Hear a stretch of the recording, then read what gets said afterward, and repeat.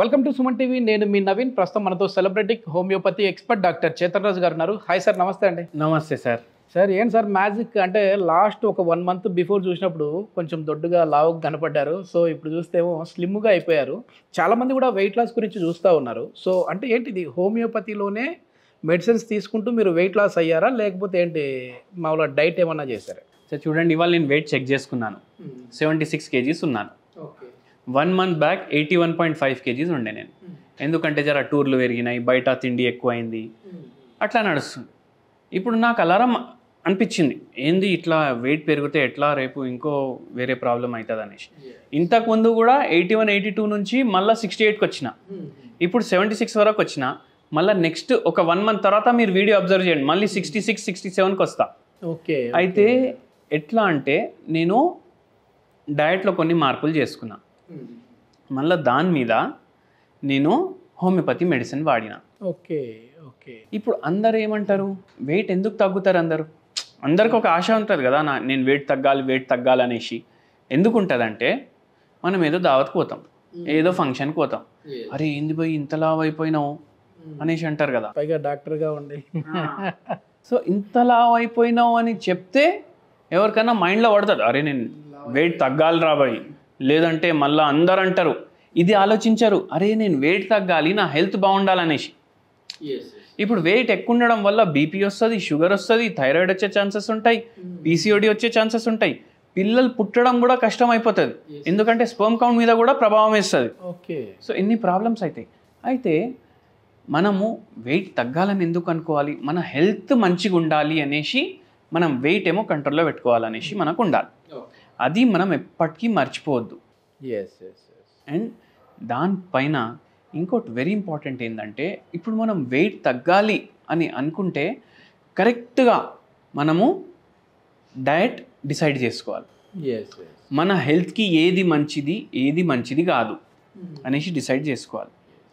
అట్లా అన్నీ చూసుకుంటా తింటే మనకు వెయిట్ లాస్ ఈజీగా అవుతుంది. చాలామంది సెలబ్రిటీలు కూడా వస్తూ ఉంటారు కదా సార్ మీ దగ్గర. అంటే మామూలుగా ఈ మెయిన్ నీ పెయిన్స్కి సంబంధించి చాలామంది వస్తూ ఉంటారు, అది నాకు తెలుసు. ఈ వెయిట్ లాస్కి సంబంధించిన వాళ్ళు కూడా వస్తూ ఉంటారండి? అవును, చాలా వేరే స్టేట్స్ నుంచి కూడా వస్తారు వెయిట్ లాస్ గురించి. అండ్ మనం లాజికలీ మనం వెయిట్ లాస్ ఎట్లా చేసుకోవచ్చు అది చూపిస్తాం. ప్లీజ్. అయితే చూడండి, ఇప్పుడు గుర్తుపెట్టుకోండి, ఆయిల్ ఫుడ్ తినొద్దు అని చెప్తాం మనం పేషెంట్కి. ఆయిల్ ఫుడ్, ఇప్పుడు నేను మీకు చెప్పినా అనుకోండి, ఆయిల్ ఫుడ్ తినకండి, మీరు వచ్చిర్రు నా దగ్గర వెయిట్ లాస్కి, ఆయిల్ ఫుడ్ తినకండి సార్ అని చెప్తా. మీరేమనుకుంటారు, అరే సార్ ఏమంటుండు, బజ్జీలు తినొద్దు, పునుగులు తినొద్దు, మైసూరు బొండాలు తినొద్దు, వడాలు తినొద్దు, ఇవన్నీ ఫ్రైడ్ ఫుడ్లు కదా. కానీ పేషెంట్లకు ఇట్లా జస్ట్ మనం చెప్తే ఏమర్థం కాదంటే, మీరు రసం చేసుకునేటప్పుడు కూడా దాంట్లో నూనె పోసిర్రు అనుకోండి ఎక్కువ, అది ఆయిల్ ఫుడే. ఓకే.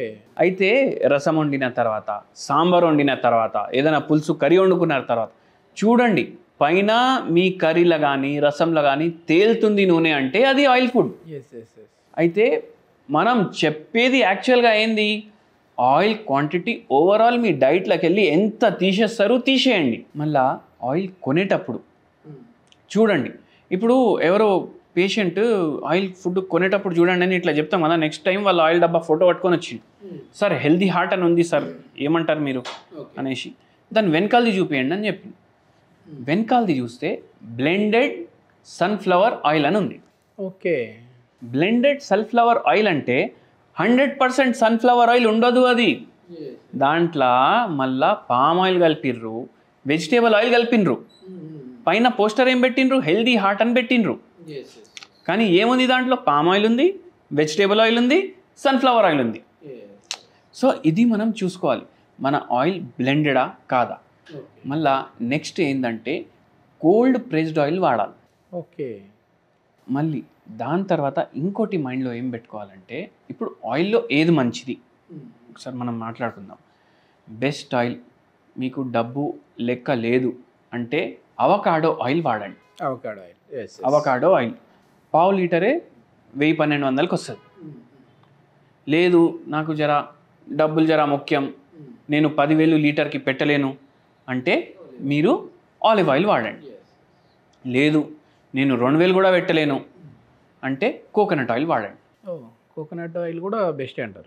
మళ్ళీ కోల్డ్ ప్రెస్ తీసుకోవాలి. ఓకే. కోల్డ్ ప్రెస్ తీసుకోవాలి, బ్లెండెడ్ ఏది తీసుకోవద్దు. ఇవి మైండ్లో పెట్టుకోండి. అండ్ ఎప్పుడు ఏ వస్తువు అన్నా పామ్ ఆయిల్లో వాడింది ఉంటే అది మీ నాలుకకు కూడా తగలొద్దు. ఓకే. ఇది లైఫ్లో మర్చిపోవద్దు. మోస్ట్ పామ్ ఆయిల్ ఎక్కడ వాడతారు?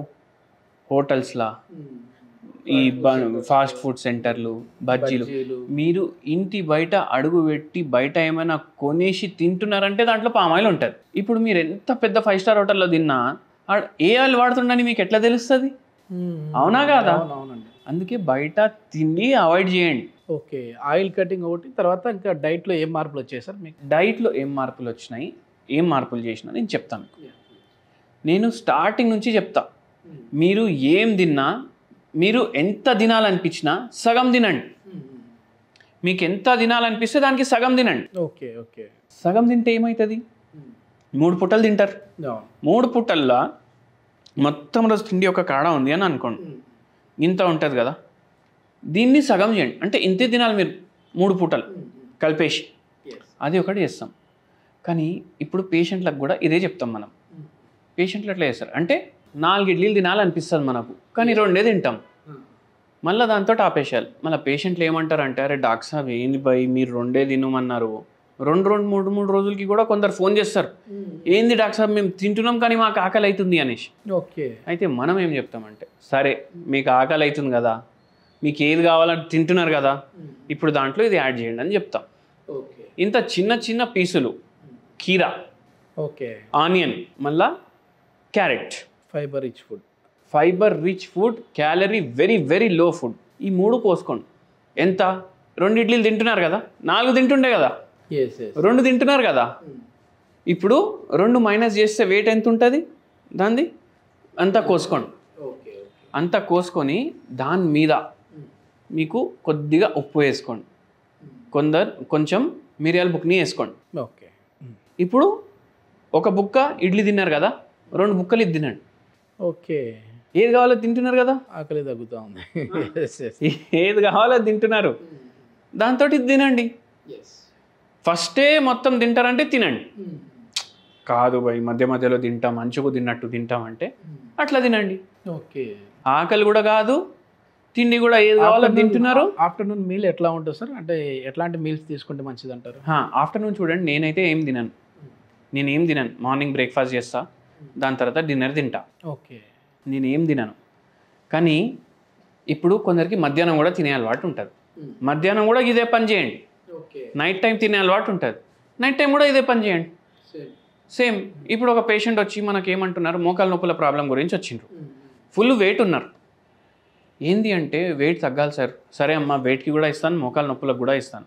అయితే హోమియోపతి ఏం చేస్తుంది అంటే బాడీలో మెటబాలిజం పెంచేస్తుంది. ఓకే. దాంతో వెయిట్ కూడా తగ్గుతారు, నొప్పులు కూడా తగ్గిస్తుంది. దాంతోపాటు డైట్ కూడా చేయాలి కదా, డైట్ కూడా చెప్తాం ఇట్లా చేయండి అనేసి. అరే అవి ఎట్లా తింటాం సార్ అనేసి అన్నారు.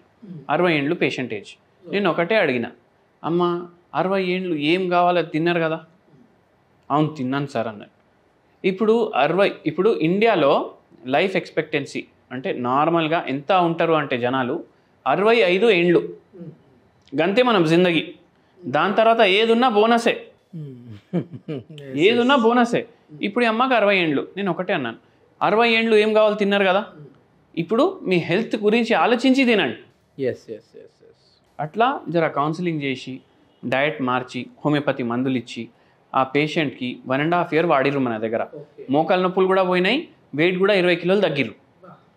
అయితే ఇట్లా సగం సగం తింటూ ఇంకా ఆకలి అవుతుందంటే సాలెడ్ తోటి కడుపు నింపుకోవాలి. దీంతో కాన్స్టిపేషన్ కూడా మంచిగా అవుతుంది, హై ఫైబర్ కదా, కాన్స్టిపేషన్ కూడా దూరం అవుతుంది. రైస్ అంటే కార్బోహైడ్రేట్స్ అసలు తీసుకోరా అంటే రైస్ ఏది కావాలో తింటాం, ఏదైనా తినచ్చు, ఏది కావాలో తింటాం, హాఫ్ తింటాం. ఓకే. డాక్టర్ చేతన్ రాజ్ అంటేనే హాఫ్ మీల్ డైట్ అంటారు అందరికి. మీకు ఏది కావాలి తినండి. గులాబ్ జామ్ తినాలనిపిస్తుందా తినండి, సగమే తినండి. అంటే మధ్యాహ్నం ఒకవేళ భోజనం అలవాటు ఉన్న వాళ్ళు రైస్ తినేవాళ్ళు రైస్ తినొచ్చు, కానీ ప్లేట్ నిండా కాకుండా సగం తీసుకోవాలి. సగం. కర్రీస్ ఎక్కువ తినాలి, కర్రీ ఎక్కువ తీసుకోవాలి. ఫ్రైడ్ కర్రీలు చేసుకోవద్దు. ఓకే, చేసుకోవద్దు.